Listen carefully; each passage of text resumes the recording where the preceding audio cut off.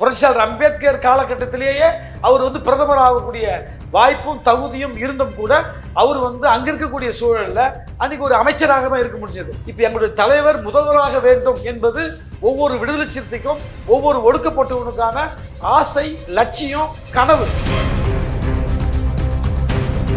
விடுதலை சிறுத்தைகள் கொடி என்பது இது ஏதோ ஒரு தலித் கட்சி, ஒரு தலித் விரோத போக்கு அல்லது அந்த சனாதன மனோநிலையிலிருந்து தான் அவங்க இப்படியான முடிவுகள்லாம் எடுக்கிறாங்க. இதுக்கு முன்னாடி சம்பவம் நடந்துச்சு. அந்த சம்பவம் நீங்க முதல்வர்கிட்ட கொண்டு போய் சேர்த்திருப்பீங்க கண்டிப்பா. அப்ப முதல்வர் நடவடிக்கை எடுக்கலன்னு தான் இல்லை புரிஞ்சுக்கணும். அதை வந்து ஒரு தலித் முதல்வராக முடியல அப்படிங்கிறதும் அந்த ஸ்டேட்மெண்ட் சொல்றதுக்கு பின்னாடி தோழமை அப்படிங்கிற ஒரு விஷயம் மட்டும் நம்மளால அந்த சுருக்கி நம்ம பார்க்க முடியும். அது ஒரு தேசிய பார்வையில் சொல்றது. தமிழ்நாட்டில் முதல்வராக முடியாதுன்னு சொல்றதுன்றது வந்து நீங்க கொடியேற்றுவதற்கே எங்களுக்கு இவ்வளவு பெரிய சிக்கல் இருக்கு. ஒரு அங்கீகரிக்கப்பட்ட மாநில கட்சியா வந்த பிறகு கூட நாகப்பட்டினத்தில் கொடியேற்ற முடியல. ஒரு சாதாரணமா தாசில்தார் வந்து ஒரு அந்த கம்பத்தை வந்து அறுத்து போடுறாரு அப்படின்னு சொன்னா இந்த மனநிலை தொடர்ந்து நிலைநிறுத்தப்பட்டிருக்கு. பாஜகவோடு இணக்கமாக செல்கிறது, அது மறைமுகமாக கூட்டணி அமைக்குதுன்ற மாதிரி குற்றச்சாட்டுகள் தொடர்ச்சியாக சமீப காலத்தில் வைக்கப்பட்டிருக்கு. கலைஞர் 100 அந்த நாணயம் வெளியிடும் பொழுது கூட ராஜ்நாத் சிங் வந்ததாக இருக்கட்டும், ஏன் ராகுல் காந்திக்கு அழைப்பு கொடுக்குற ராஜ்நாத் சிங் மட்டும் வரான்ற மாதிரி கேட்டதாக இருக்கட்டும். பலமான திமுக பலவீனமான பாஜகவோடு இறங்கி போது உறவாடுது அப்படின்றத வந்து நம்ம பார்க்க முடியாது.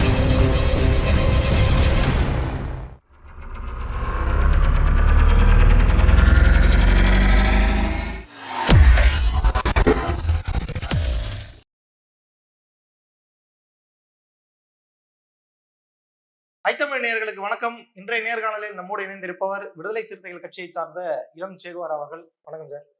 வணக்கம். வணக்கம் சார். நல்லா இருக்கீங்களா? நல்லா இருக்கேன். நீங்க எப்படி இருக்கீங்க? நல்லா இருக்கேன் சார். அருமையா போயிட்டு இருக்கக்கூடிய ஒரு அரசியல் ரொம்ப பரபரப்பா இயங்கிட்டு இருக்கு. திடீர்னு பார்த்தா திமுகவிற்கோ அதிமுகவிற்கோ பாஜக பாமகன்ற இந்த மாதிரியான கட்சிகளுக்கெல்லாம் வராத ஒரு பிரச்சனை தொடர்ச்சியா விடுதலை சிறுத்தைகள் கட்சிக்கு வந்துகிட்டே இருக்கு. நான் என்ன சொல்றேன்னு உங்களுக்கு புரியும் நினைக்கிறேன். கொடி ஏற்றுவதில் சிக்கல் ஏற்படுத்தி இருக்கிறாங்க. காவல்துறையோடு பேச்சுவார்த்தை நடந்தது. ஆல்ரு ஷானவாஸ் போன்றவங்களாம் வந்து ரொம்ப கடுமையான விமர்சனம் பண்ணாங்க. விசிகாவை எதுக்கு தொடர்ந்து விசிகாவுக்கு மட்டும் ஏன் இப்படி ஒரு சம்பவம் நடக்குதுன்ற ஒரு கேள்வி வருது. எப்படி பாக்குறீங்க? இப்ப தொடங்கும் போதே நீங்களே அதை சொல்லிட்டீங்க. எந்த கட்சிக்குமே இல்லாத பிரச்சனை தொடர்ந்து விசிகாவுடைய கொடி ஏற்றத்துக்கு மட்டும் பிரச்சனை வருது அப்படின்னு சொல்லிட்டு நீங்களே சொல்றீங்க. இது தொடர்ந்து எங்களுக்கு வந்து கிட்டத்தட்ட 25-30 வருஷமா முதல் கொடி ஏற்றிய காலத்திலிருந்து இன்னைக்கு வரைக்கும் ஒவ்வொரு இடத்துலையுமே வந்து ஒரு போர்க்களமா நடக்குது. ஒரு ஜனநாயக நாட்டில் ஒரு அரசியல் கட்சி கொடியேற்றுவது என்பது வந்து ஒரு சாதாரண நிகழ்வு தான். அது எல்லாருக்குமே ரொம்ப சாதாரணமாக நடந்தது இருக்கு. ஆனால் சமீபத்தில் நீங்கள் கேட்குறது இந்த நாகப்பட்டினத்தில் வந்து ஏற்பட்ட அந்த பிரச்சனை தான். அரசுக்கும் அந்த அந்த நடவடிக்கைகள் என்பது வேறு. நம்ம திமுகவுக்கும் விடுதலை சிறுத்தைகளுக்கான உறவு வந்து எப்படி இருக்கு, இந்த கூட்டணி உறவு எப்படி இருக்குன்றது வந்து தமிழ்நாட்டுக்கு எல்லாருக்குமே தெரியும். ஆனாலும் அதையெல்லாம் மீறி கூட ஒரு கூட்டணியில் அங்கம் வகிக்கக்கூடிய ஒரு முக்கியமான கட்சி அப்படின்னு தெரிந்தும் கூட ஆட்சியாளர்கள் பல பேர் இப்படி ஒரு மனோநிலையில இருக்காங்க என்பதுதான் வெளிச்சமா இருக்கு. இல்ல, நான் கூட்டணியை பற்றி நான் பின்னாடி நான் அது ஒரு கேள்வி வச்சிருக்கேன். இப்ப வந்து என்ன கேட்கறேன்னா, இப்பயும் நீங்க கூட்டணியில தான் இருக்கிறீங்க, ஆளும் கட்சியினோட ரொம்ப நெருங்கிய உறவுல இருக்கீங்க. என்னுடைய சகோதரன் சொல்றாரு முதல்வர் திருமாவை பார்த்து, இப்படி இருக்கக்கூடிய டைம்ல எப்படி போலீஸ் உங்களை மட்டும் டார்கெட் பண்ணி அடிக்கிறாங்கன்றதான கேள்வி. அது வந்து போலீஸ் என்பது தனிநபர்கள் சார்ந்த ஒரு விஷயம் இல்லை. பெரும்பான்மையானவர்கள் சில பேர் வந்து ரொம்ப ஜனநாயகமாகவும் ஒரு அரசியல் அமைப்பு சட்டத்தை மதிக்கக்கூடியவர்களாகவும் இருக்கிறாங்க.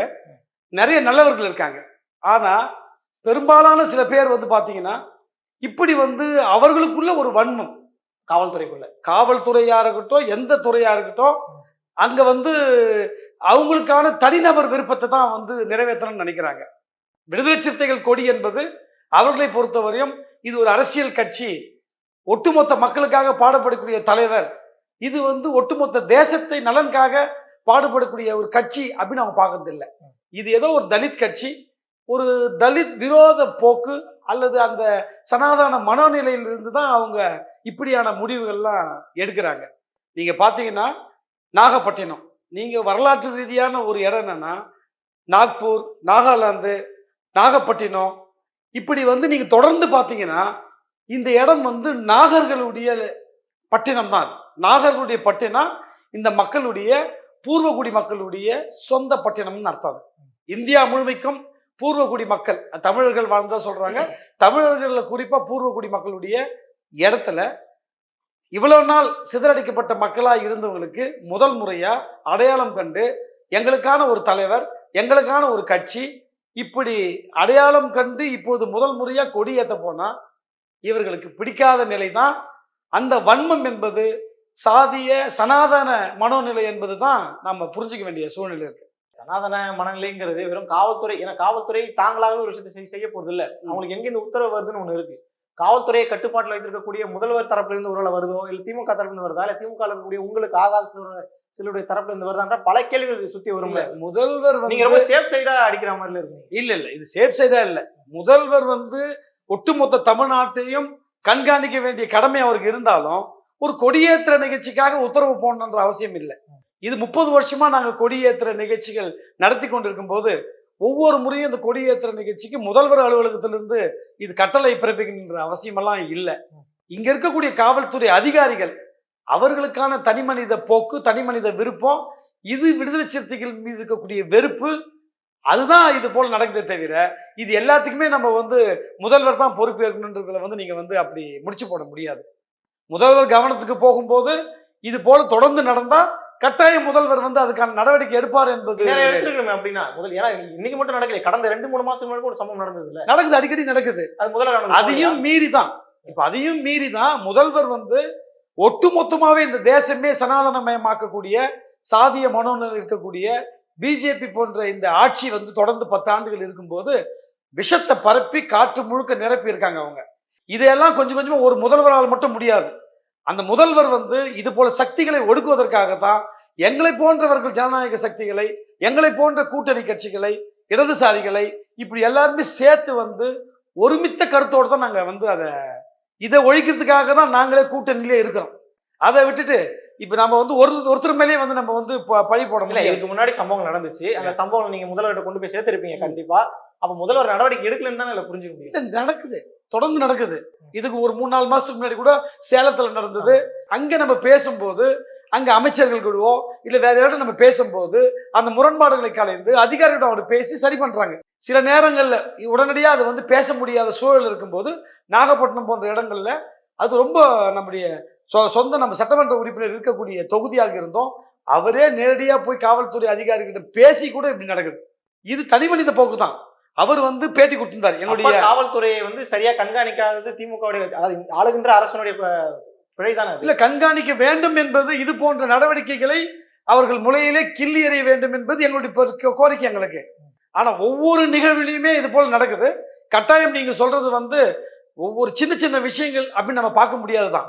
இது சேர்ந்து பல பெரிய விஷயமா மாறும்.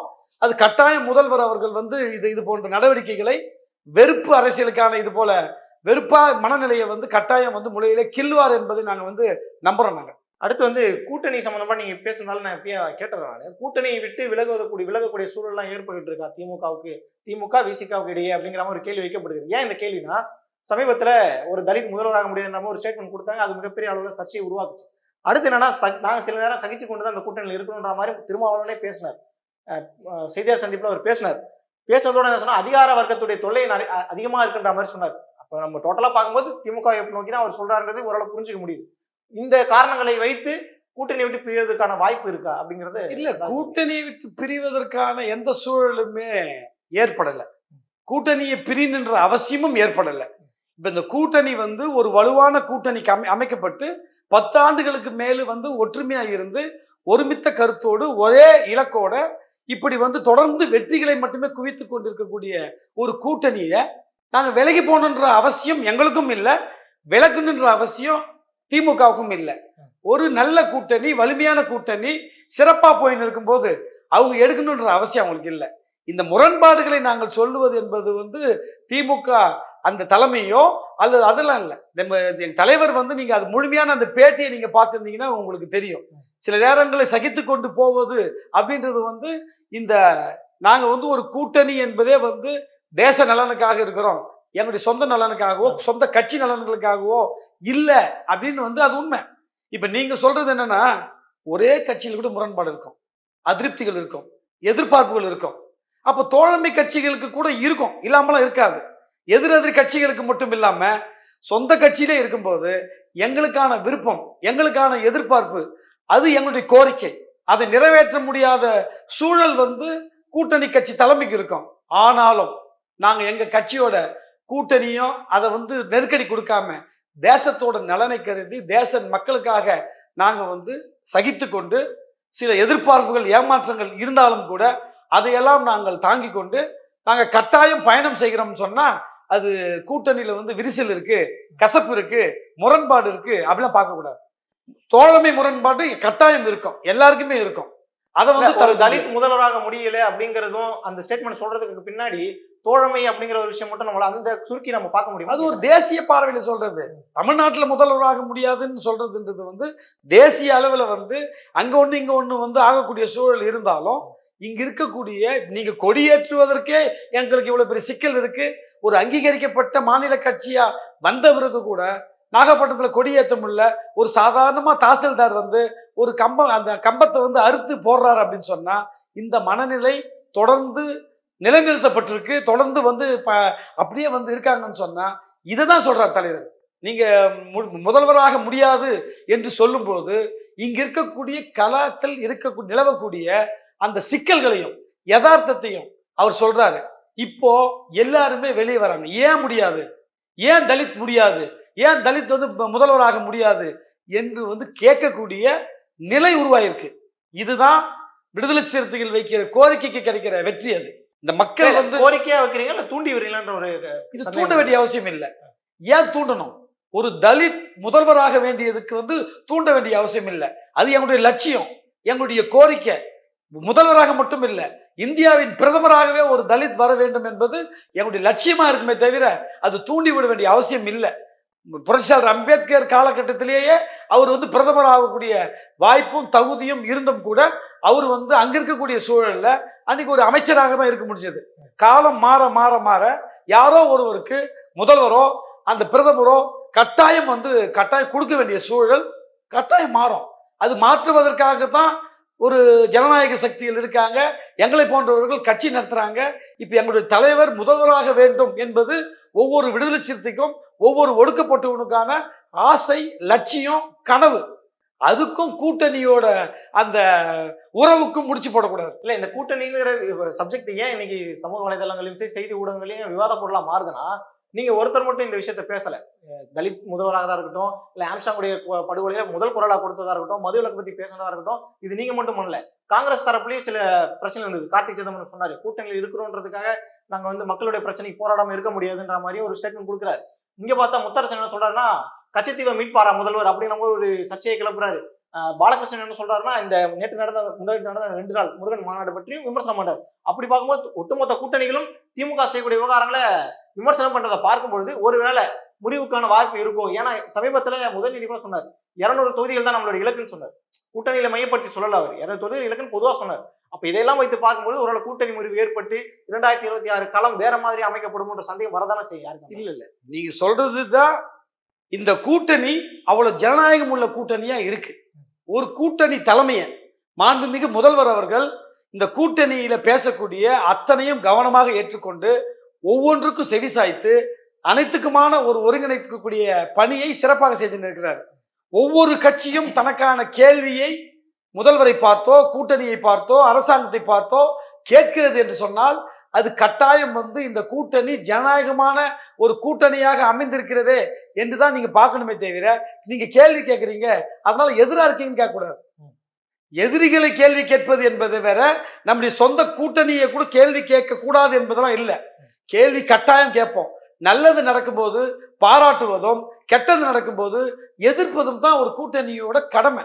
நாங்க ஒரு நல்ல எதிர்கட்சியா இருக்க ஆசைப்படுறோம். அந்த எதிர்கட்சியா இருக்கக்கூடிய தகுதியை எதிராக இருக்கக்கூடிய எந்த கட்சியுமே பண்ணல. விடுதலை சிறுத்தைகளோ, இடதுசாரிகளோ, காங்கிரஸோ, திமுகவுக்கு ஒரு நல்ல எதிர்கட்சியா இருந்து ஒரு ஜனநாயக வழியில யாரும் எதிர்த்தெல்லாம் அங்க பண்ணல. எதிர்கேள்வி கேட்பு என்பது ஒரு ஜனநாயகம்.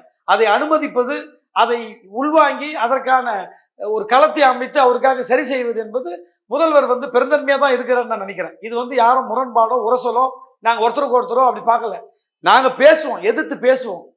ஒரு பிறந்த நாளா அவருக்கு போய் நம்ம சால்வை போட்டு வாழ்த்து சொல்வோம். நாங்க வாழ்த்து சொல்வதும் உறவை பேணுவதும் என்பது வேறு. கொள்கை ரீதியாக எதிர்த்து களமாடுவது என்பது வேறு. எங்களால முடிஞ்ச அளவுக்கு எங்களுடைய குரலை அவங்களுக்கு சொல்ல வேண்டியது எங்களுடைய கடமை. அதனால நாங்க அதை பண்றோம். அதனால அந்த கூட்டணியில் இருக்கக்கூடிய எல்லாருமே கேட்கிறாங்கன்னு சொன்னா, இந்த கூட்டணி இந்தியாவுக்கே சிறப்பான ஒரு கூட்டணி, இப்படிதான் ஒரு கூட்டணி இருக்கணும். எல்லாருமே கூடி பேசியிருக்காங்கன்றதுனால மூடி மறைச்சு எல்லாத்தையும் பண்ணக்கூடாது. இந்தியா முழுமைக்கும் இப்படிதான் கூட்டணி இருக்கணும் அப்படின்னு சொல்ற கூட்டணியா இது இருக்குன்னு தான் நீங்க பார்க்கணும். இல்ல இந்த இடஒதுக்கீடு விவகாரம் நடுவில் வரும்போது கூட விசிகா போன்ற ஒரு சில கட்சிகள் மட்டும்தான் கிரீம் லேயரை பற்றியும் அங்க இருக்கக்கூடிய இந்த டி கேட்டகரைசேஷன் பத்தியும் பேசினாங்க. திமுக எல்லாருமே வரவேற்றாங்க. ஆனா அதுல இருக்கக்கூடிய சிக்கலை பத்தி விசிகா பேசினாங்க, சில கட்சிகள் பேசினாங்க. இன்னைக்கு வரைக்குமே திமுக கிரீம் லேயரை பத்தி பேசவே இல்லை. திரும்ப என்னைக்கு பேச ஆரம்பிச்சாரோ, ரவிக்குமார் என்னைக்கு பேச ஆரம்பிச்சாரோ, அவரை கடுமையாக திமுக ஆதரவாளர்கள் சமூக வலைதள விமர்சனம் பண்ணிட்டு இருந்தாங்க. அப்படி பார்க்கும்போது நீங்க சொல்றது ரொம்ப முரண்பாடாக தான் தெரியுது. இது முரண்பாடு இல்லை. இப்ப எங்க கட்சி வேற, அவங்க கட்சி வேற. அவங்க கட்சியோட கொள்கை எங்களுடைய கட்சி கொள்கையும் ஒத்து போற புள்ளிகள்ல ஒத்து போறோம். எதிர்த்து எங்களுக்கான ஒரு சிறப்பா நாங்க பேச வேண்டிய இடத்துல சிறப்பா தான் பேசி ஆகணும். எல்லாமே ஒரு டாக்டர் இருக்காருன்னா அவரு டென்டிஸ்டா இருப்பாரு, நாங்க ஐ ஸ்பெஷலிஸ்டா இருப்போம். அப்ப அதுக்காக கண் மருத்துவத்தை நாங்க பார்க்காம இருக்க முடியாது. அப்ப அவங்களுக்கு சிறப்பு மருத்துவம் எதுன்னு ஒண்ணு இருக்கு. அப்ப நாங்க எங்களுக்கு ஒடுக்கப்பட்ட மக்களுடைய உரிமை, அந்த ஒட்டுமொத்த மக்களுடைய உரிமை மறுக்கப்படும் போது நாங்க எடுக்க வேண்டிய நிலை என்பது வேறு. அவங்க ஒட்டுமொத்தமா பார்க்கும்போது அனைவரையும் சரி செஞ்சு அனைவருக்குமான நபரா இருக்கணும்னு சில நேரங்கள்ல அவங்க ஆட்சி செய்யறவங்களுக்கு அந்த கடமை இருக்கும். நம்ம ஒருத்தருக்கு ஆதரவு கொடுக்கும்போது இன்னொருத்தருடைய எதிர்ப்பை நாம சந்திக்க வேண்டி இருக்குமோ அப்படின்ற நிலைமை அவங்களுக்கு இருக்கும். எங்களுக்கு அப்படி இல்லை. நாங்க ஆட்சி ஆதரிக்கிறோமே தவிர ஆட்சியில் இல்லாதப்போ எங்களுடைய குரலை ஓங்கி ஒலிக்க வேண்டிய இடத்துல ஓங்கி ஒழிச்சுதான் ஆகணும். அவங்களுக்கு லாப நட்ட கணக்கு பார்க்க வேண்டியது இருக்கும். அரசை எப்படி நடத்துறது, எப்படி சட்டத்திட்டங்களோடு நடத்துறது அப்படின்னு. ஆனா எங்களுடைய கோரிக்கை என்பது எங்களுடைய மக்களுடைய உரிமையை பாதுகாக்கப்பட முடியாதுன்னு சொன்னா அதை குரல் கொடுக்காம இருக்கிறதுக்கு அவசியமே இல்லையே. அதனால கட்டாயம் நாங்க குரல் கொடுப்போம். எங்களுடைய குரலுடைய தன்மையும் அவங்களுடைய குரலோட தன்மையும் ஒன்னா இருக்கின்ற அவசியம் இல்லை. அதனாலதான் தனித்தனி கட்சி வச்சிருக்கோம். திமுக பாஜகவோடு இணக்கமாக செல்கிறது, அது மறைமுகமா கூட்டணி அமைக்குதுன்ற மாதிரி குற்றச்சாட்டுகள் தொடர்ச்சியா சமீப காலத்துல வைக்கப்பட்டு இருக்கு. எதுக்காக இந்த குற்றச்சாட்டு வைக்கிறாங்கன்னா, கலைஞர் 100 அந்த நாணயம் வெளியிடும் பொழுது கூட ராஜ்நாத் சிங் வந்ததா இருக்கட்டும், ஏன் ராகுல் காந்திக்கு அழைப்பு கொடுக்கல ராஜ்நாத் சிங் மட்டும் வரான்ற மாதிரி கேட்டதா இருக்கட்டும், அது தொடர்ந்து இந்த நேற்று 2 நாட்கள் நடைபெற்ற அந்த முருகன் மாநாட்டில் நடைபெற்ற அந்த விஷயங்களா இருக்கட்டும், இது குறித்து உங்க கட்சியோட எம்பியை கூட ட்வீட்லாம் அவரை போட்டிருந்தாரு. இப்ப இந்த விமர்சனத்தை நீங்க எப்படி பாக்குறீங்க ஒரு கூட்டணி கட்சியா நீங்க? அதாவது பிஜேபிக்கும் திமுகவுக்கும் நீங்க சொல்றது என்னன்னா 2 அரசாங்கத்தோடைய விழா. அது மத்திய அரசுக்கும் மாநில அரசுக்குமான நடந்த அந்த விழாவில் ஒரு மாநில முதலமைச்சர் ஒரு மத்திய அமைச்சரை அழைத்து அவருடைய முன்னாள் முதல்வருக்கும் டாக்டர் கலைஞருடைய நாணயத்தை வெளியிடுவதற்கு சிறப்பு செய்ய வேண்டும் என்கிற அடிப்படையில் ஒரு மத்திய மாநில அரசுகளின் உறவு சார்ந்த விஷயத்துல யாரும் தலையிட முடியாது. அது நாகரிகமான அரசியலாக இருந்தா எல்லாரும் வரவேற்கணும். அதாவது தமிழ்நாட்டில் தான் அந்த நாகரிகமான அரசியல் நடக்கிறது இல்லை. டெல்லியில பார்த்தீங்கன்னா சோனியா அம்மையாரும் நம்முடைய மோடியும் 2 பேரும் ஒரு தேநீர் விருந்தில் கலந்து 2 பேருமே நாகரிகமா பேசுவது வழக்கம். அது சாதாரணமாக நடக்கும். நம்முடைய ராகுல் காந்தி கூட பாராளுமன்றத்தில் போகும்போது அந்த மோடியை கட்டி பிடிச்சிட்டு போகக்கூடிய காட்சிகள் எல்லாம் நீங்க பார்த்துருப்பீங்க. இது சாதாரணமான ஒரு நாகரிகம் சம்பந்தப்பட்ட விஷயம். இது கொள்கையும் அதையும் சேர்த்து நம்ம பார்க்க வேண்டிய அவசியம் இல்லை. இங்க தமிழ்நாட்டில் இப்படி ஒரு மரபை நீண்ட காலமா நாகரிகம் இல்லாத ஒரு அரசியல் தான் நீண்ட காலமா இருந்தது. முதல் முறையா திமுக கூட்டணியில் இருக்கும்போது செல்வி ஜெயலலிதா அம்மையார் மருத்துவமனையில் இருக்கும்போது நாங்க விடுதலை சிறுத்தைகள் கட்சி தலைவர் திருமாவளவன் தான் அந்த மருத்துவமனைக்கு போயிட்டு எதிரணியில இருந்து அவரை போய் நலம் விசாரிச்சுட்டு வந்தார். இப்போ நாகரிக அரசியலை விடுதலை சிறுத்தைகள் தமிழ்நாட்டில் முதல்ல நாங்க முன்னெடுக்கிறதுக்கான முயற்சி செஞ்சோம். அதுக்கான வெற்றியை நாங்க பண்ணிருக்கிறோம். இப்போ நாங்க கூட பிஜேபியா இருக்கட்டும் யாரா இருக்கட்டும் அந்த தலைவர்களை சந்தித்தால் நாகரிகமாக உரையாடுவது ஒரு அந்த உறவு என்பது வேறு. கொள்கை ரீதியாக களத்தில் நின்று எது களமாடுவது என்பது வேறு. எனவே அந்த உறவு என்பது மத்திய மாநில அரசாங்கத்தோட உறவா இருக்கிற பட்சத்துல கட்டாயம் அது பத்தியான ஒரு பெரிய விமர்சனம் என்பது வேண்டா விருப்பம் இருக்கக்கூடியவங்க, எப்படியாவது அவங்க மேல பழிய சுமத்தணும்னு நினைக்கிறவங்க, இந்த கூட்டணிக்கு களங்கம் விளைவிக்கணும்னு நினைக்கிறவங்க செய்யற செயல். 2வது, திமுக வெற்றி பெற்று தொடர்ந்து வெற்றி பெற்று ஏறுமுகத்தில் இருக்கு. எங்க தலைவர் தான் சொன்னார், பிஜேபி போன தேர்தலை விட இந்த தேர்தல் இறங்கு முகத்தில் இருக்கு. அவங்க ரொம்ப வலிமையாயிட்டாங்க. போன முறை 300 இருந்தாங்க, இப்ப 400 ஆக போறாங்க, அடுத்த முறை 500 ஆக போறாங்க. அதனால அவங்களோட வந்து இவங்க இருந்தாதான் பலன். அப்படிலாம் கிடையாது. இந்த தேர்தல்ல 100 இடம் கம்மியா ஜெயிச்சிருக்காங்கன்னா அடுத்த தேர்தல்ல இன்னொரு 100 இடம் கம்மியா ஜெயிக்க போறாங்க தான், தோக்க போறாங்கன்றது தான் வந்து உங்களுக்கு வந்து நீங்க தெரிஞ்சுக்க வேண்டிய விஷயமே தவிர, எனவே பலமான திமுக பலவீனமான பாஜகவோடு இறங்கி போகுது, உறவாடுது அப்படின்றத வந்து நம்ம பார்க்க முடியாது. அது வந்து ஒரு நாகரிகம் சம்பந்தப்பட்ட உறவா பார்க்குது. அதுக்கு விடுதலை சிறுத்தைகளுக்கு வந்து எந்த தயக்கமோ ஒரு வருத்தமோ எங்களுக்கு இல்லை. எப்படியும் வந்து அவர் வந்து கட்டாயம் முதல்வர் வந்து கட்டாயம் பிஜேபியுடைய அந்த இந்தியா முழுமைக்குமே அவர் வந்து பிஜேபி ஒழிக்கப்பட வேண்டும், வீட்டுக்கு அனுப்ப பண்ணணும்னு வந்து இருக்கிற தலைவர்கள் அவர் ஒரு முக்கியமான தலைவரா இருக்கிறாரு. கடந்த தேர்தலில் அவர் அதுக்கான முயற்சி எடுத்தார். எனவே நீங்க அதுல போய் நம்ம வந்து அதை சேர்த்து நம்ம பார்க்க வேண்டிய அவசியம் இல்லை என்று என்னுடைய கருத்து. இல்ல அரசியல் நாகரிகம் அப்படிங்கிற ஒரு புள்ளிக்கு வந்து நிக்கிறீங்க. சரி, உங்க பார்வையில சரியா இருந்தாலும் இன்னொரு பக்கம் என்னன்னா, இந்தியா கூட்டணியில் இருக்கிற பலருமே வந்து அந்த நிகழ்ச்சியில கலந்துக்கலன்ற மாதிரியான விமர்சனங்களும் வந்துச்சு இல்ல. அதையும் நீங்க கவனத்துல கொள்வீங்க. இல்ல, இந்தியா கூட்டணியில் இருக்கக்கூடிய எல்லாருமே அழைப்பு இருக்கிறவங்க போறாங்க, அவ்வளவுதான், ஒன்றும் பிரச்சனை இல்லை. எங்களுக்கு கூட நிறைய அரசாங்கத்தோட நிகழ்ச்சிகளுக்கு சில நேரத்துல கூப்பிடுவாங்க, போக முடியாம போவோம். இது கட்டாயம் கலந்துக்கணுன்ற அவசியம் இல்லை. ஒரு சிறப்பழைப்பாளர் மத்திய அரசாங்கத்திலிருந்து வராங்க, அவங்க கட்டாயம் கலந்துக்கணும். மற்ற சிறப்பழைப்பாளர்கள் வந்து நாம இவங்க கூட்டணி சார்ந்து கலைஞருக்கு நெருக்கமானவங்க இல்ல முக்கிய சிறப்புக்குரியவர்கள் யாராவது இருந்தால் அழைப்பது என்பது வந்து அது அந்த கட்சியோடவோ இல்லை அந்த முதல்வருடைய விருப்பம். அது பெரிய விஷயமே இல்லை. எங்களை பொறுத்த வரைக்கும் அது பெரிய விஷயம் இல்லைன்னு தான் நினைக்கிறோம்.